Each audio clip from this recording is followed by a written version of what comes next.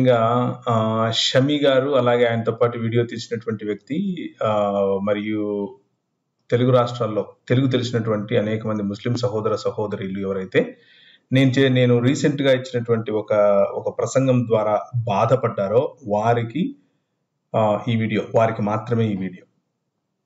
మొదటగా బేషరతుగా if but అలా కానీ ఎలా కాకుండా అన్న ఏ మాటలు ఏ అరమరకలు లేకుండా డైరెక్ట్గా నేను మీకు క్షమాపణలు కోరుకుంటున్నాను, మనస్ఫూర్తిగా క్షమాపణలు కోరుకుంటున్నాను.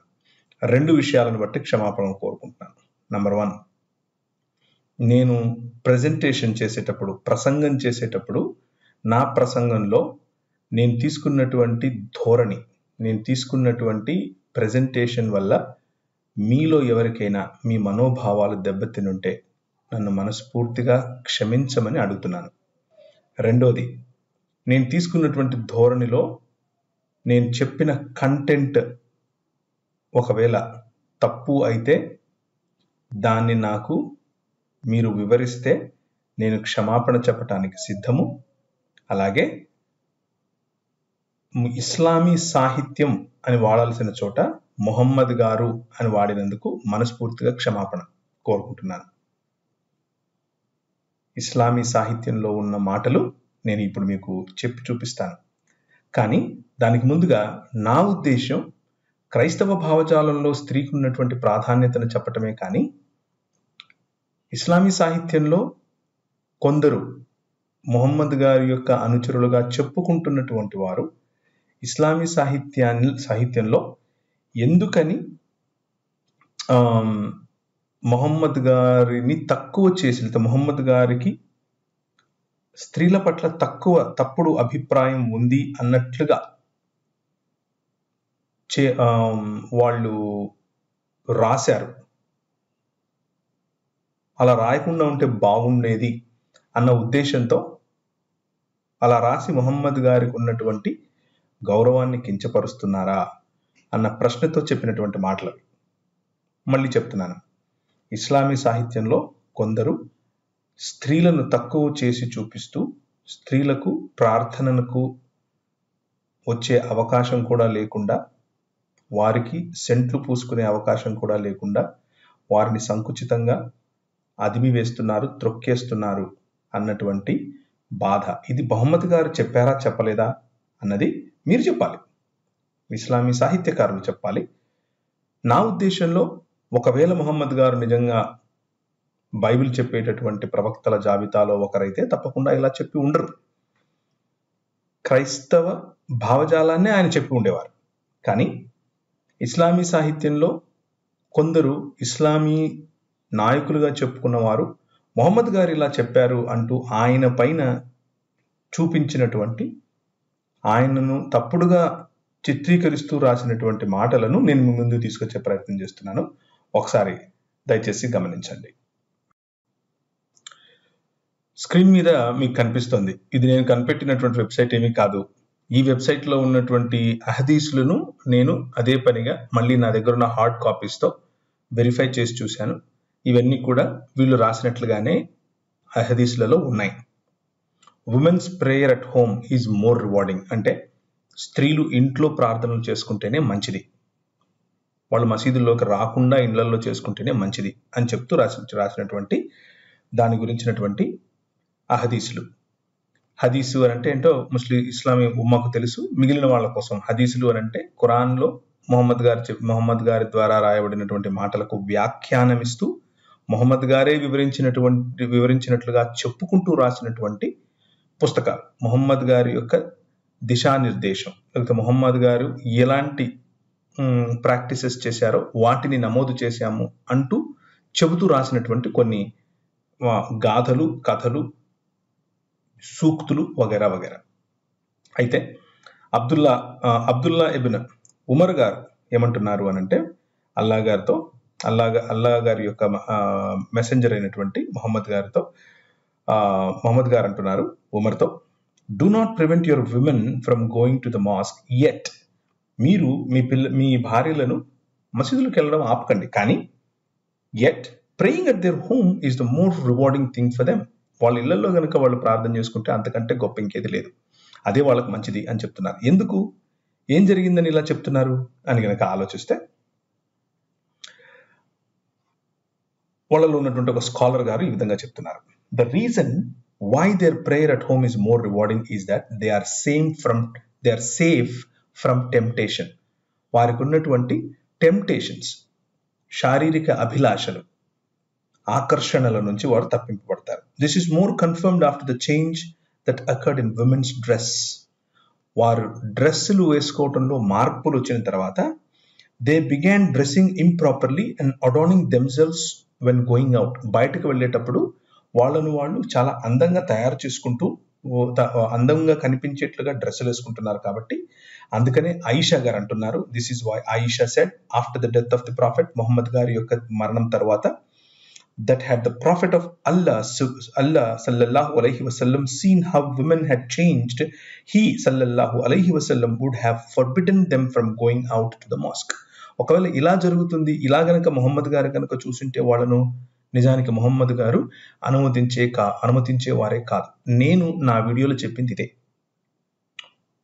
కాకపోతే నేను పురుషుల కోణంలో నుంచి చెప్పాను, ఆయిషా గారు స్త్రీల కోణంలో నుంచి, మరియు పురుషులను ఏ విధంగా అట్రాక్ట్ చేస్తున్నారు, పురుషులను ఏ విధంగా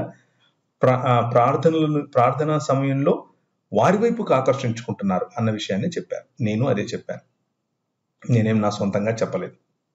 ఇది నేను చెప్పింది తప్పు అయితే ఆయిషా గారు చెప్పింది తప్పవాలి.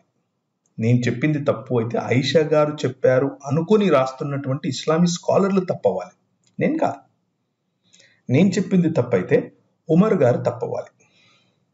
నేను చెప్పింది తప్పైతే ముహమ్మద్ గారు ఇలా చెప్పారు అనుకుంటూ రాస్తున్నటువంటి హదీసులు తప్పవాలి. దయచేసి ఆలోచించండి. నాకేమీ ఇబ్బంది, నాకు ఏ ప్రాబ్లం లేదు. అది కూడా నేను ఒక కాంటెక్స్ట్లో చెప్పాను. ఏంటా కాంటెక్స్ట్? సెంటు పూసుకోవడం, సెంటు గురించినటువంటి కాంటెక్స్ట్లో చెప్పాను. He, peace be upon him, forbade men from preventing women from going to mosque. Same దాంట్లోనే ఉన్నాను, అదే కాంటెక్స్ట్ లో ఉన్నాను. He sallallahu alaihi wasallam forbade women from applying perfume when going out. బయటికి వెళ్ళేటప్పుడు మీరు సెంటు కొట్టుకోకండి అని స్త్రీలకు చెప్పినట్లుగా ఎవరు? మొహమ్మద్ గారు. నేను అదే చెప్పాను వీడియోలో, సెంటు కొట్టుకొని వెళ్ళకండి. సెంటు కొట్టుకొని ఎందుకు వెళ్ళకూడదు? ఎక్కడికి వెళ్తారు వాళ్ళు? మసీదులకు వెళ్తారు ప్రార్థనకు, బజారుకు వెళ్తారు, అంతకుమించి ఇంకెక్కడికి వెళ్తారు? ఆ రోజుల్లో ఇంకే పని లేదు. మసీదు బజారు తప్ప వేరే పని లేదు. పురుషులతో వాళ్ళ సొంత భర్తలతో వెళ్ళినా, స్వయంగా వెళ్ళినా మసీదులు, మార్కెట్లు, అంతకుమించి ఏముంటాయి? Abu Hurairah, a companion, narrated that Messenger of Allah sallallahu alaihi wasallam said, do not prevent your women going to the mosque, but let them not perfume. వాళ్ళ మసీదులు పోనీయండి, కానీ సెంటు కొట్టుకొని పంపించద్దు. నేను ఇదేగా చెప్పాను, నేనేమన్నా కొత్త చెప్పాను? Let them not perfume themselves before going out. మసీదులకు వెళ్ళేటప్పుడు వాళ్ళని ఆపద్దు, కానీ ఒకవేళ వాళ్ళు వెళ్తాము అని అంటే సెంట్లు కొట్టుకొని పంపించద్దు. ఎందుకు అలా సెంటు కొట్టుకొని పంపించకూడదు అని అంటే, అల్-లతీమ్ అబాది, scholar said, they were forbidden from that lest they arouse men by the smell of their perfume. వాళ్ళు కొట్టుకుంటున్నటువంటి పర్ఫ్యూమ్స్ కారణం చేత, సెంటుల కారణం చేత పురుషుల్లో లైంగిక వాంఛలు పెరుగుతున్నాయట. This ruling applies to anything else that would have the same effect that a perfume has in arousing men. పురుషులలో లైంగిక వాంఛలు పెంచేటటువంటి మిగిలిన దేనికైనా సరే ఇదే ప్రిన్సిపల్ అప్లై అవ్వాలి అని చెప్తున్నాను. నేను అదేగా చెప్పింది, నా ప్రెజెంటేషన్లో నేను అదే చెప్పాను. మొహమ్మద్ గారి దగ్గరికి వెళ్ళి, అయ్యా ఏంటి వీళ్ళు ఇలా వస్తున్నారు, వాళ్ళు సెంటు కొట్టుకొని వస్తే మేము అల్లా గారిని చూడాలా, వాళ్ళని చూడాలా అని వాళ్ళు అడుగుతున్నట్లుగా నేను నా ధోరణిలో చెప్పాను. ఆ ధోరణి ఒకవేళ మిమ్మల్ని బాధ కలిగించింటే నన్ను క్షమించండి, నేను మనస్ఫూర్తిగా క్షమాపణలు అడుగుతున్నాను. కానీ దీని గురించి ఏమంటారు? ఇవి నా ఒపీనియన్స్ కావు, ఇవి మొహమ్మద్ గారి ఒపీనియన్. మొహమ్మద్ గారి ఒపీనియన్ అంటూ మీ స్కాలర్స్ రాసినటువంటి పుస్తకాలు, వాటిని మీరు ప్రశ్నించండి. ఇస్లామీ ఉమ్మాలో ఉన్నటువంటి స్త్రీలారా, మీ పట్ల మీ స్కాలర్స్ రాస్తున్నటువంటి ఈ మీరు సెంట్లు కొట్టుకుంటే పురుషులకు ఏదో అయిపోతుంది అన్నటువంటి ఈ కుహన, లేకపోతే ఈ సంకుచితమైన దృక్పథాన్ని మీరు ప్రశ్నించండి. మీకోసం నేను ప్రశ్నిస్తున్నాను. మీకోసమే నేను ప్రశ్నించేది. ఎందుకు మీరు సెంట్లు కొట్టుకుంటే మాకు లైంగిక వాంఛలు కలగడం ఏంటి? మేము సెంట్లు కొట్టుకుంటే మీకు కలగదా? మేము సెంట్లు కొట్టుకొని వెళ్ళకూడదా? వెళ్ళొచ్చా గుళ్ళకు, గోపురాలకు, మసీదులకు? ఎందుకు? వై దిస్ డబుల్ స్టాండర్డ్ అనేది నా ప్రశ్న. నేను అక్కడ చెప్తున్నటువంటి నా ప్రశ్న ఇదే. Zainab, the wife of Abdullah ibn Masud, narrated that the Messenger of Allah sallallahu alaihi wasallam said to us, when any one of you come to the mosque, she should not apply perfume. ఇదేగా ఈ context లోనే నేను చెప్పాను. మళ్ళీ నా video చూడండి. Scent పూసుకుని మసీదుకి వెళ్ళొద్దు. మొహమ్మద్ గారికి ఇష్టమైనటువంటివి ఏవి ఆయనే చెప్పారు. ఈ లోకంలో నాకు 3 ఇష్టం. ఒకటి స్త్రీలు, రెండవది సెంటు, మూడవది మేక మాంసం. ఆయనే చెప్పారు. ఇదొక అహదీసు, ఇదొక సహీ అహదీసు, నేను కొత్తగా చెప్పింది ఏం కాదు. ఆయనకి ఇష్టమని స్త్రీలు కూడా పర్ఫ్యూమ్స్ పూసుకుంటే ఇప్పుడు ఆయన ఏం చెప్తున్నారు? మీరు అది పూసుకుంటే మేము లైంగిక వాంఛలతో రగిలిపోతున్నాం కాబట్టి మీరు పూసుకొని మసీదులకు రావద్దు. ఇదేగా నేను చెప్పింది అదే. Abu Hurairah narrated that the messenger of Allah sallallahu alaihi wasallam said, whoever bracket లో woman perfumes herself should not join us in the night prayer. రాత్రిపూట ప్రార్థనలకు మీరు రాకండి సెంటు పూసుకొని. నేను ఇదే చెప్పాను. ఇది నా ఒపీనియన్ కాదు. ఇది ఎవరిది? ఇస్లామీ స్కాలర్స్ మొహమ్మద్ గారు చెప్పారు అని చెబుతూ రాసినటువంటి మీ ఒపీనియన్ ఇది. ఈ ఒపీనియన్ ఈ రోజుల్లో ఇది కరెక్ట్ అంటారా? ఈ ఒపీనియన్ ఇలా ఉండటం వల్ల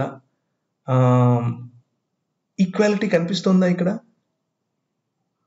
నేను అదే ప్రశ్నించాను. కానీ ద కింగ్డమ్ ఆఫ్ గాడ్, దేవుని రాజ్యం, ఈ రాజ్యంలో స్త్రీకి పురుషునికి మందిరంలోనికి, మందిర ఆవరణంలోనికి, ప్రార్థనలో